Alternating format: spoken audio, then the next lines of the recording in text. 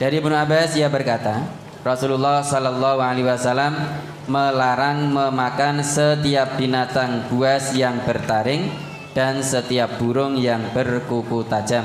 Hadis riwayat Muslim.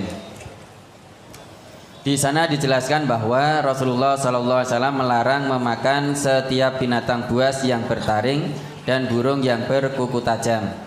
Batasan buas di sini sampai di mana kategori buasnya? Apakah ia sampai berani menerkam manusia atau buas yang berarti memakan binatang lain? Dan burung yang berkuku tajam apakah karena burung itu juga memakan binatang lain dengan cengkramannya? Karena yang saya tahu kuku burung itu tajam atau lancip, Ustaz. Aku yang ngerti, orang wetok sing ngerti. Oh, saya tahu. Jadi yang namanya binatang buas itu binatang yang pemakan apa?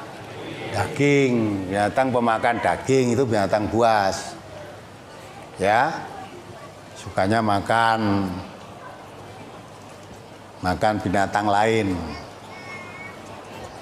Ya, dan biasanya bertaring tajam. Binatang bertaring tajam. Karena untuk makan daging tadi. Nah di sini Rasulullah melarang makan binatang yang bertaring tajam itu binatang buas. Ya, nah disinilah apapun binatang buas yang makan daging tadi binatang buas. Ya, orang kok binatang buas itu kayaknya nyokoti wong tidak. Ada binatang buas tapi tidak mau nyokot orang ya ada. Malah anjing itu kayaknya dituntun Pak polisi itu, ya Pak. Ini polisi kalau melacak anjing besar-besar nurut dengan Pak polisi itu, tuntun kemana-mana mencari penjahat atau mencari narkoba gitu. Itu binatang buas, tapi tidak nyokoti orang tidak. Nah, binatang yang bertaring. Nah, disinilah maka walaupun tidak disebutkan satu persatu, anjing termasuk enggak? Masuk. Maksudnya itu. Nah itulah. Maka kalau mendengarkan kajian MTA tidak lengkap ya seperti itu. Seperti Kiai Malang itu. MTA itu menghalalkan anjing. Ya, gitu kan? Padahal yang berhak menghalal-haramkan itu siapa? Allah. Maka di sini disimpulkan ada dua pendapat umat Islam itu. Yang haram itu hanya yang diharamkan Allah dalam kitabnya dalam Al-Quran, yaitu bangkai, darah, daging babi, binatang yang disembelih bukan karena Allah. Itu aja. Qodimat alaikum maitatu wa damu wa lamul khinzir wa ma uhilla bihi li ghairillah. 4 itu saja. Ya. Lah apapun haram yang disebut di dalam hadis, ada yang berpendapat itu ya haram tapi sifatnya hanya sampai tingkatan makruh. Keterangan saya jangan dipotong sekian loh, dirung rampung. Nah, ulama yang lain berpendapat yang haram itu juga yang diharamkan oleh Allah dan diharamkan oleh Nabi. Kalau yang pertama yang haram itu hanya yang diharamkan oleh Al-Quran saja, pakai dalil tadi hadis halaman 2 tadi ya. Ma halallah fi kitabihi fahuwa halalun wa ma harama fahuwa haramun wa ma sakata anhu fahuwa afiyatun faqbalu minallahil afiyata fa innallaha lam yakun nasiya. Jadi cukup yang diharamkan Allah itu aja yang haram. Yang Allah tidak mengharamkan berarti dimaafkan. Allah itu tidak lupa, tidak mengharamkan ini tidak lupa. Maka dengan ini berarti yang haram yang disebut Allah dalam Quran saja. Paham? Nah yang lain berpendapat di samping yang diharamkan oleh Allah di dalam Al-Quran, yang diharamkan oleh Nabi itu pun juga haram. Karena Allah mengatakan wa ma atakumur rasulu fakhuduhu wa ma nahakum anhu fantahu. Di Apa yang didatangkan oleh Allah, oleh Rasulullah kepadamu, yang dikatakan oleh Allah Rasul padamu, maka ambillah. Apa yang dicegah, yang dilarang oleh Rasulullah kepadamu, maka jauhilah. Sama kan? Jadi karena ini dilarang oleh Rasulullah, Allah juga memerintahkan yang didatangkan oleh Rasulullah kepadamu ambillah. Yang dilarang oleh Allah, oleh Rasulullah kepadamu jauhilah. Berarti apa yang diharamkan oleh Rasulullah ini juga oleh Allah disuruh menjauhi, berarti juga haram. Al-Quran juga mengatakan, Qul in kuntum tuhibbunallah fattabi'uni. Katakanlah Muhammad, kalau kamu mencintai Allah, fattabi'uni, ikutilah aku. Kalau kamu mengikuti aku, yuhibbukumullah wa yaghfir lakum dzunubakum. Allah akan mencintai kamu dan mengampuni dosa-dosamu. Perintah Al-Quran tadi suruh mengikuti Nabi. Maka kalau Nabi mengatakan ini halal, ya, ini haram, ya jangan dimakan. Ya. Yang Nabi tidak mau makan tetapi tidak mengatakan haram, boleh. Seperti biawak tadi, sampai sahabat bertanya, apa haram? Ya sudah, hanya di tempat saya tidak ada, saya makan begini jijik, tapi saya tidak mengharamkannya. Andai kata tidak ditanya, itu pun karena ada sahabat yang memakan, Nabi tahu, dibiarkan, berarti halal. Itu. Maka kalau terjadi perbedaan pendapat begini, perbedaan pendapat itu bukan baru sekarang, sejak dulu. Ya sudah, tidak usah saling olok-mengolok. Mereka pakai dasar semua.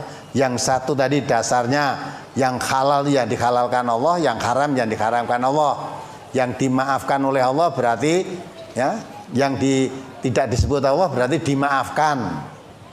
Yang satu lagi, di samping Allah mengharamkan itu, Allah memerintahkan. Apa yang didatangkan oleh Rasulullah kepadamu, ambillah. Yang dicegah oleh Rasulullah kepadamu, tinggalkanlah. Ya, berarti mengikuti Rasulullah. Maka yang satu berpendapat yang haram itu yang disebut Quran saja, yang satu juga menerangkan yang disebut Quran dan hadis itu sama-sama haram, karena mengikuti Rasulullah itu diperintahkan oleh Allah juga gitu. Nah, jadi kalau mau angkat dari yang dijelaskan di MTA itu utuh itu aja potong ngarep tok. Terus disebarluaskan yang dindi MTA ngalalkan anjing. Padahal orang tahu ngerembuk anjing di sini.